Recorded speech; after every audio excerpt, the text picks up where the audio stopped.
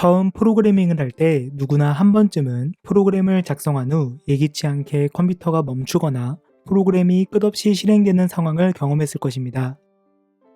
여러분이 고심 끝에 작성한 코드가 실행되길 기대했는데 프로그램이 멈추지 않고 계속해서 실행된다면 어떤 기분이 들까요? 심지어 이 프로그램이 여러분의 컴퓨터 자원을 모두 소모해 다른 작업도 방해한다면 단순히 불편함을 넘어서 시스템 성능에 큰 문제를 일으킬 수 있습니다. 그러므로 프로그램을 작성할 때 프로그램이 주어진 입력값에 대해 반드시 종료될지 혹은 계속해서 실행될지를 미리 판별하는 것이 매우 중요합니다. 프로그램의 정지 여부를 미리 판단할 수 있다면 예상치 못한 오류를 줄이고 시스템의 안정성을 높일 수 있기 때문이죠. 정지 문제와 무한 실행 문제의 개념을 이해하기 위해 예시를 살펴보겠습니다. 먼저 소인수분해 프로그램을 생각해 보겠습니다. 소인수분해 프로그램은 어떤 자연수 n을 입력으로 받아서 그 수를 소수들로 분해합니다.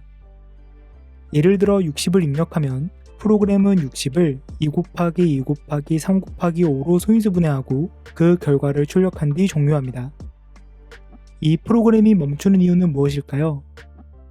산술의 기본 정리에 의해 모든 자연수는 반드시 소인수로 분해되기 때문입니다. 즉 1보다 큰 모든 자연수는 소수의 곱으로 고유하게 표현될 수 있기 때문이지요. 수학적으로 보장된 사실로부터 어떤 자연수를 입력하더라도 프로그램은 그 수를 소수들로 완전히 분해할 수 있으며 더 이상 나눌 수 없는 상태가 되면 프로그램은 자연스럽게 종료됩니다. 따라서 이 프로그램은 주어진 수를 소인수로 완전히 분해한 후 멈추고 종료되므로 정지 문제의 예시입니다. 반면에 소수찾기 프로그램은 이와 다른 특징을 가지고 있습니다. 이 프로그램은 자연수 2부터 시작하여 모든 자연수를 하나씩 살펴보면서 그 숫자가 소수인지 아닌지 확인하고 소수일 경우 출력합니다. 그러나 이 프로그램은 한 번 시작하면 끝나지 않습니다. 왜 소수찾기 프로그램은 멈추지 않을까요? 바로 소수는 무한히 존재하기 때문입니다. 고대 그리스의 수학자 유클리드는 소수가 무한히 많다는 것을 이미 증명했습니다.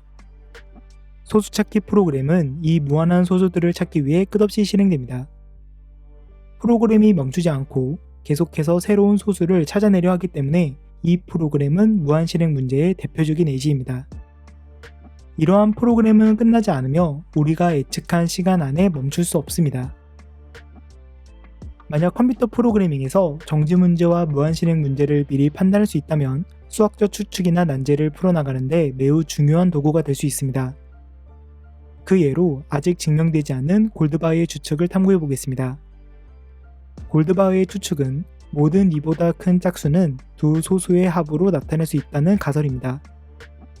이 추측은 오랜 시간 동안 수많은 수학자들에 의해 연구되었지만 아직까지 완전히 증명되거나 반증되지 않은 상태입니다. 골드바흐의 추측을 검증하기 위해 우리는 짝수 n을 하나씩 증가시키며 각 짝수가 두 소수의 합으로 나타낼 수 있는지를 확인하는 과정을 생각해 볼 수 있습니다. 만약 이 프로그램이 특정 짝수에서 두 소수의 합으로 나타낼 수 없는 경우를 발견한다면 그 즉시 프로그램은 멈추게 됩니다.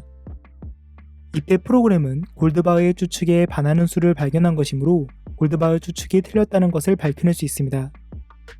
반대로 프로그램이 모든 짝수 n에 대해 두 소수의 합으로 표현될 수 있는지를 끝없이 검증하지만 어느 짝수에서도 발레를 찾지 못한다면 프로그램은 결국 멈추지 않을 것입니다. 만약 우리가 이 프로그램이 정지 문제가 아니라는 것을 수학적으로 증명할 수 있다면, 즉 특정 n에서 결코 멈추지 않을 것임을 수학적으로 설명할 수 있다면 이 프로그램은 무한히 실행될 수밖에 없으며 따라서 골드바흐 추측이 모든 짝수에 대해 참이라는 결론을 내릴 수 있습니다. 따라서 정지 문제와 무한 실행 문제를 미리 판단할 수 있다면 수학적 난제를 푸는 과정에서 복잡한 계산을 줄이고 더 효율적으로 문제를 해결할 수 있습니다. 오라클은 그리스 신화에서 유래한 용어로 신탁을 통해 미래를 예언하거나 중요한 질문에 대한 답을 주는 신성한 존재를 의미합니다. 앨런 튜링은 컴퓨터 과학의 기초를 다지는 과정에서 계산 가능성에 대한 근본적인 질문을 연구하면서 모든 프로그램에 대해 그 프로그램이 특정 입력에서 멈출지 여부를 항상 정확하게 판단할 수 있는 프로그램, 즉 정지 오라클이 있을까라는 질문을 던졌습니다. 여러분은 이러한 프로그램이 존재할 수 있다고 생각하시나요? 만약 존재한다면 프로그래밍할 수 있는 모든 증명 문제는 손쉽게 해결할 수 있을 것입니다. 하지만 아직까지 많은 난제들이 있는 것으로 보아 이러한 프로그램은 존재할 수 없을 것 같습니다. 튜링 역시 그런 프로그램은 존재하지 않는다는 결론을 내렸습니다. 튜링의 증명은 만약 정지 오라클이 존재한다고 가정하면 어떤 모순이 발생할까라는 생각에서 출발합니다. 앨런 튜링은 문제를 해결하기 위해 튜링 기계라는 개념을 도입했습니다. 튜링 기계는 매우 단순한 수학적 모델로 현재 우리가 사용하는 모든 컴퓨터 프로그램을 표현할 수 있는 계산 모델입니다. 튜링 기계는 무한히 길 수 있는 테이프 위에서 동작하는 기계로 테이프에 기록된 기호를 읽고 쓰고 왼쪽 또는 오른쪽으로 움직일 수 있으며 특정 규칙에 따라 상태를 변경합니다. 모든 컴퓨터 프로그램은 이 튜링 기계의 동작으로 표현할 수 있습니다. 따라서 모든 프로그램은 일련의 명령어, 기호, 상태 변화 등을 통해 표현되며 이 모든 것을 특정한 알파벳이나 숫자로 구성된 문자열로 나타낼 수 있습니다. 이제 이 문자열들은 숫자와 같은 방식으로 순서를 부여받을 수 있습니다. 예를 들어 사전에서 단어들을 가나다 순으로 정렬하는 것처럼 모든 프로그램은 유한한 길이의 문자열로 표현될 수 있기 때문에 모든 프로그램을 그 코드에 따라 나열할 수 있습니다. 따라서 모든 프로그램의 번호를 매긴 목록을 PN이라 하겠습니다. 이러한 프로그램들은 특정한 입력을 받으면 실행을 시작하고 특정 조건이 충족되며 멈추거나 조건이 충족되지 않으면 무한히 실행됩니다. 그 후에 정지 오라클이라고 불리는 가상의 프로그램 H를 상상해 보겠습니다. 이 오라클은 어떤 프로그램 P와 그 프로그램이 실행할 입력 N이 주어졌을 때 그 프로그램이 멈출지 아니면 무한히 실행될지를 결정할 수 있다고 가정해 보겠습니다. 이제 오라클 H를 사용하여 또 다른 프로그램 R을 만들어 보겠습니다. 이 프로그램은 매우 특이한 방식으로 작동합니다. 이렇게 만든 프로그램인 R은 정지 오라클 H에 반대되는 행동을 하도록 설계되어 있습니다. 앞서 H는 주어진 프로그램 Pn이 멈출지 여부를 알려주는 도구입니다. 하지만 R은 이 정보를 반대로 사용합니다. 이제 프로그램 R을 자기 자신에게 적용해 보겠습니다. 즉, R은 자기 자신을 Pn으로 삼아 자기 자신을 호출하게 됩니다. 이 경우 두 가지 가능한 시나리오가 있습니다. 첫 번째로 만약 R이 멈춘다면 정지 오라클 H는 S를 반환했어야 합니다. 하지만 R은 S의 응답을 받으면 무한루프에 빠지도록 설계되었습니다. 따라서 R이 멈춘다면 모순이 발생합니다. 두 번째로 만약 R이 멈추지 않는다면 정지 오라클 H는 NO를 반환했어야 합니다. 하지만 R은 NO를 응답받으면 즉시 멈추도록 설계되었습니다. 따라서 R이 멈추지 않으면 또 다른 모순이 발생합니다. 이처럼 R은 오라클의 예측과 항상 반대되는 행동을 하며 논리적 모순을 일으키게 됩니다. 결국 이러한 모순을 통해 튜링은 모든 프로그램의 정지 여부를 정확하게 판단할 수 있는 정지 오라클과 같은 알고리즘이 존재할 수 없음을 증명했습니다. 이러한 정지 문제의 불가능성을 고려할 때 컴퓨터를 사용하여 수학적 난제를 해결하는 데 있어 분명한 한계가 있다는 점은 아쉬운 일입니다. 만약 정지 문제를 해결할 수 있다면 컴퓨터 프로그램을 통해 여러 난제들을 자동으로 증명하거나 반증할 수 있을 것입니다.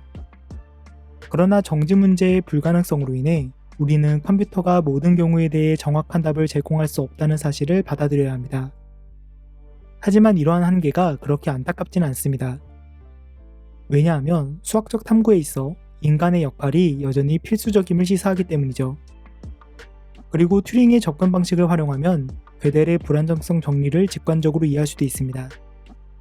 gödel의 첫 번째 불완전성 정리는 특정 수학적 체계가 충분히 강력하고 일관성이 있는 경우, 쉽게 말해 시스템이 모순 없이 작동한다면 그 체계 내에서 참이지만 증명할 수 없는 명제가 반드시 존재한다는 것을 의미합니다. 여기서 충분히 강력하다는 것은 피아노 산술과 같이 기본적인 산술을 표현할 수 있을 정도로 일관되며 자기 자신을 표현할 수 있는 능력을 가진 형식 체계, 즉 재기적으로 열거 가능한 공리계를 갖는다는 것을 말합니다. 그렇다면 튜링의 정지 문제를 이용해 gödel의 불완전성 정리를 어떻게 이해할 수 있는 것일까요? 일관된 수학적 시스템이 완전하다. 즉, 이 시스템 내에서 모든 참인 명제가 형식적으로 증명될 수 있다고 가정하고 계산이 가능한 FN이라는 함수를 정의해 보겠습니다. fn은 n번째 프로그램 pn이 멈추는지 멈추지 않는지를 1 또는 0으로 나타냅니다. 이제 계산 가능한 fn을 이용해 다음과 같은 자기 참조 알고리즘을 생각해 보겠습니다. 이러한 알고리즘이 있다면 시스템이 일관되기 때문에 만약 시스템 내에서 fn은 0이라는 명제를 증명할 수 있다면 실제로 fn은 0이 성립합니다. 마찬가지로 fn이 1임을 증명할 수 있다면 실제로 fn은 1이 성립합니다. 모든 참인 명제를 증명할 수 있다는 가정하에 fn이 0 또는 1 중 하나로 귀결될 수밖에 없고 알고리즘은 입력 n에 대해 fn의 값을 반드시 찾아내므로 이 알고리즘은 어떤 입력에 대해서도 유한한 시간 안에 멈추게 됩니다. 그런데 이러한 결과는 앞서 본 정지 문제의 불가능성과 모순됩니다. 결과적으로 시스템이 완전하다는 가정이 모순을 일으킨다는 것으로부터 괴델의 불완전성 정리를 증명하는 것입니다. 영화 매트릭스에서 오라클은 미래를 예언하는 능력을 가진 중요한 인물로 등장합니다. 오라클은 네오와 대화를 나누며 그 꽃병을 깨는 것에 대해 걱정하지 마세요라고 말합니다.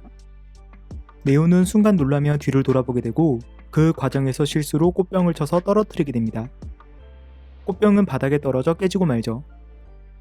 오라클의 예언은 단순한 미래 예측을 넘어 등장인물들의 행동을 유도하며 예언이 그 자체로 사건을 일으키는 역할을 하는 자기참조적 구조를 보여줍니다.